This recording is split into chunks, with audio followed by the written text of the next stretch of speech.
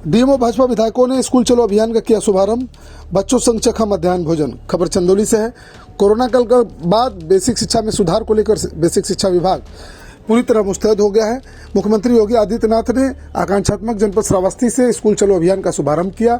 इस दौरान पूरे उत्तर प्रदेश के सभी जनपदों में इस कार्यक्रम का शुभारंभ किया गया। चंदौली में जिला मुख्यालय पर प्राथमिक विद्यालय सदर परिसर में कार्यक्रम का आयोजन किया गया, जहां पर डीएम संजीव सिंह, भाजपा विधायक सुशील सिंह, कैलाश खरवा, रमेश जायसवाल मुख्य अतिथि के रूप में शामिल हुए। यहां पर कार्यक्रम का शुभारंभ किया गया और एलईडी प्रोजेक्टर के माध्यम से श्रावस्ती से सीएम योगी आदित्यनाथ के कार्यक्रम शुभारंभ का लाइव और उनके संबोधन का लाइव प्रसारण किया गया।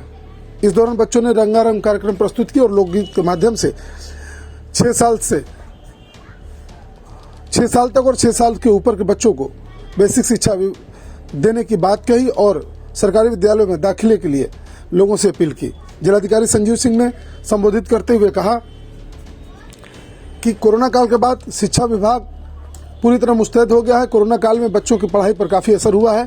अब बेसिक शिक्षा विभाग पूरी तरह मुस्तैद है और आज से पूरे अप्रैल माह तक स्कूल चलो अभियान कार्यक्रम चलाया जाएगा, जिसमें 6 साल तक के बच्चों का दाखिला और उनको प्राथमिक शिक्षा अनिवार्य के तहत ये कार्यक्रम कराया जाएगा। वहीं भाजपा विधायक सुशील सिंह, भाजपा विधायक कैलाश खरवार ने योगी आदित्यनाथ के शिक्षा विभाग को दिए गए निर्देशों के बारे में बताया, साथ ही स्कूल चलो अभियान के बारे में लोगों को विस्तृत बताया और ये भी कहा कि बेसिक शिक्षा सभी का अधिकार और बच्चों को हमको ज्यादा से ज्यादा विद्यालय पहुंचाना ये हम लोगों का दायित्व है। और जैसा कि मुख्यमंत्री ने कहा है कि जनप्रतिनिधि को एक विद्यालय गोद लेना, उसमें हम लोग भी विद्यालय को गोद लेंगे और शिक्षा के महत्व को लोगों को समझाएंगे।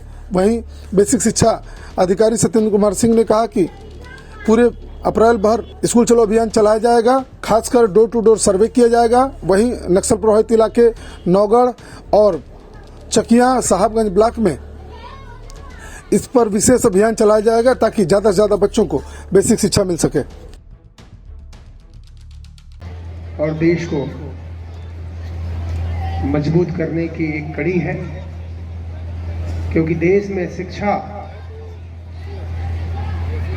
अगर मजबूत कर दी जाए तो वास्तव में देश मजबूत हो जाता है।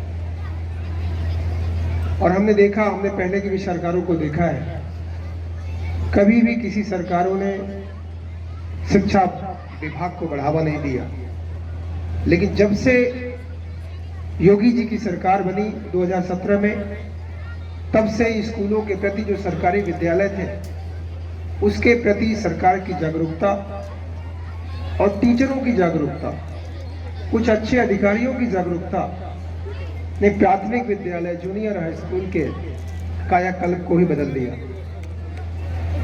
हम लोगों को भी 17 में जब योगी जी की सरकार बनी तो सबसे पहले योगी जी ने निर्देश दिया कि आप सब विधायक, आप सब सांसद, सभी प्राथमिक विद्यालयों को, जूनियर हाई स्कूल को अपने तरीके से सरकार के सहयोग से उसको कायाकल्प किया जा सकता है।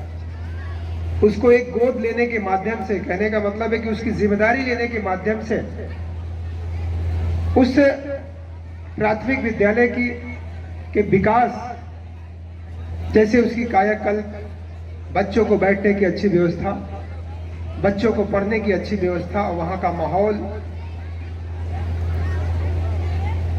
और हम लोगों ने भी मिलकर के अपने पिछले कार्यकाल में भी कई विद्यालयों को हम लोगों ने गोद भी लेकर के, क्योंकि हमने अपने विधानसभा में एक तेदुआन स्कूल था, जब हम उसमें पहली बार गए थे तो उस विद्यालय में 200 बच्चे थे। जब हम लोगों ने उस गोद लिया, उसके स्कूल को अच्छा बनाया, तो 1 साल के बाद उस स्कूल में डबल बच्चे हो गए, 400 बच्चे हो गए। आकांक्षी जनपद है और माननीय मुख्यमंत्री जी ने आकांक्षी जनपद श्रावस्ती से इसकी शुरुआत की है।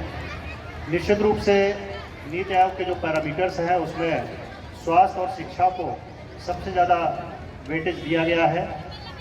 इस अवसर पर जो हमारी उपलब्धियां रही हैं, जो हमारे 1185 परिषदीय स्कूल हैं, उसमें 2,40,000 से अधिक बच्चे अध्ययनरत हैं। और इस अभियान के अंतर्गत हमको ये सुनिश्चित करना है कि कोई भी बच्चा बेसिक शिक्षा से वंचित ना रहे। सभी हाउस टू हाउस सर्वे करेंगे और उसमें इन स्कूल से वंचित बालक बालिकाओं को एनरोल करना सुनिश्चित करेंगे। साथ ही बच्चों के नियमित उपस्थिति बहुत आवश्यक है ताकि वो सतत शिक्षा ग्रहण कर सकें। कोरोना के इस काल में हमने देखा कि स्कूल की जो शिक्षा है वो प्रभावित रही स्कूल बंद होने की वजह से। आगे अब जब नियमित स्कूल हो गए हैं तो शिक्षा की गुणवत्ता बहुत महत्वपूर्ण है। इसके बेसिक शिक्षा का जो मुकाबला माना जाता है वो प्राइवेट स्कूलों से माना जाता है, लेकिन बेसिक शिक्षा परिषद में जो विगत समय में ट्रेनिंग कार्यक्रम पर ध्यान दिया गया है और हमारे जो प्रशिक्षित अध्यापक हैं निश्चित रूप से वो प्राइवेट स्कूलों से आगे हैं और एक आदर्श स्थापित कर रहे हैं। अभी इस मंच से जो हम राज्य पुरस्कार से सम्मानित हमारे विद्यालय के अध्यापक राजेश पटेल जी को सम्मानित किया गया है राज्य सरकार के द्वारा, एक बड़ी उपलब्धि है। हम चाहते हैं कि इसी तरह हमारे जो और अध्यापक हैं वो एक अपनी पहचान बनाएं और इस कार्यक्रम को आगे बढ़ाएं। या उसकी अभिरुचि नहीं है तो गार्जियन से संपर्क करते हुए और उस पर विशेष ध्यान देते हुए हमारे सभी बच्चों को एक समान गुणवत्ता युक्त शिक्षा प्रदान करना सुनिश्चित करें। जनपद में दिव्यांग बच्चों के लिए भी एक विद्यालय संचालित किया जा रहा है जहां उनको विशेष रूप से शिक्षा उपलब्ध कराई जा रही है। तो निश्चित रूप से विगत समय में बेसिक शिक्षा में आकांक्षी जनपद चंदौली में उल्लेखनीय सुधार हुआ है और मुझे आशा है कि इस स्कूल चलो अभियान के अंतर्गत हमारे सभी स्टेक होल्डर, चाहे वो अध्यापक हों, अध्यापिकाएँ हों, ग्राम प्रधान हों, सभी की इसमें अभिरुचि रहेगी और जो अध्यापकों की समस्याएं हैं उन पर भी विशेष रूप से ध्यान दिया जाएगा। और हमारा जो स्कूल चलो अभियान है उसमें जो हमको लक्ष्य दिया गया है कि 100% बच्चों का हमको नामांकन कराना है, उनको बेसिक शिक्षा उपलब्ध कराना है, इस पर विशेष बल दिया जाएगा। जय हिंद। साहब, स्कूल चलो कार्यक्रम का शुभारंभ हुआ, क्या कार्यक्रम रहा और पूरे जनपद में कैसे इसको मनाया जाएगा? स्कूल चलो अभियान आज हमारे जनपद में 4 अप्रैल से प्रारंभ हुआ है।